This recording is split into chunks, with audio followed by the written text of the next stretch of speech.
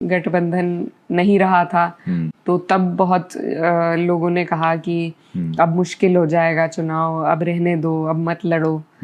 लेकिन फिर जब एक बात कोई ठान ली तो चुनाव सिर्फ जीत के लिए नहीं लड़े जाते, लड़ने के लिए लड़े जाते हैं। तो ये मेरी अम्मी का कहना था। मेरे तो मेरे भाई थोड़ा उसमें आ गए थे कि पहला चुनाव है, कुछ गड़बड़ ना हो जाए।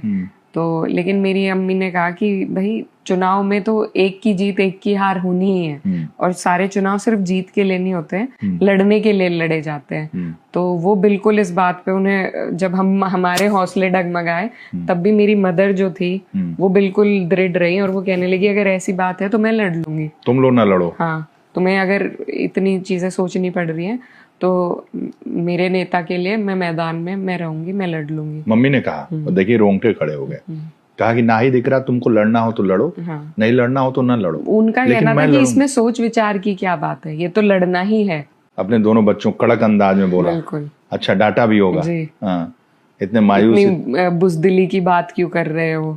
और मुझे कह रही थी कि तेरे पापा तो बड़ा वो करते, इतनी बुजदिली की बात कर दी। तो अच्छा, ललकारा आपको। तो वो इन मामलों में बहुत मतलब उनका जो जहन है बहुत स्ट्रांग है इन चीजों में।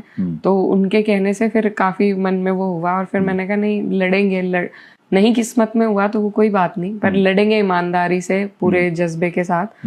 और फिर शुरुआत हुई तो लोग जुड़ते चले गए और जितनी जीत हमने गठबंधन के साथ भी शायद ना सोची हो, उससे बड़ी जीत हमें अपनी पार्टी से हासिल हो।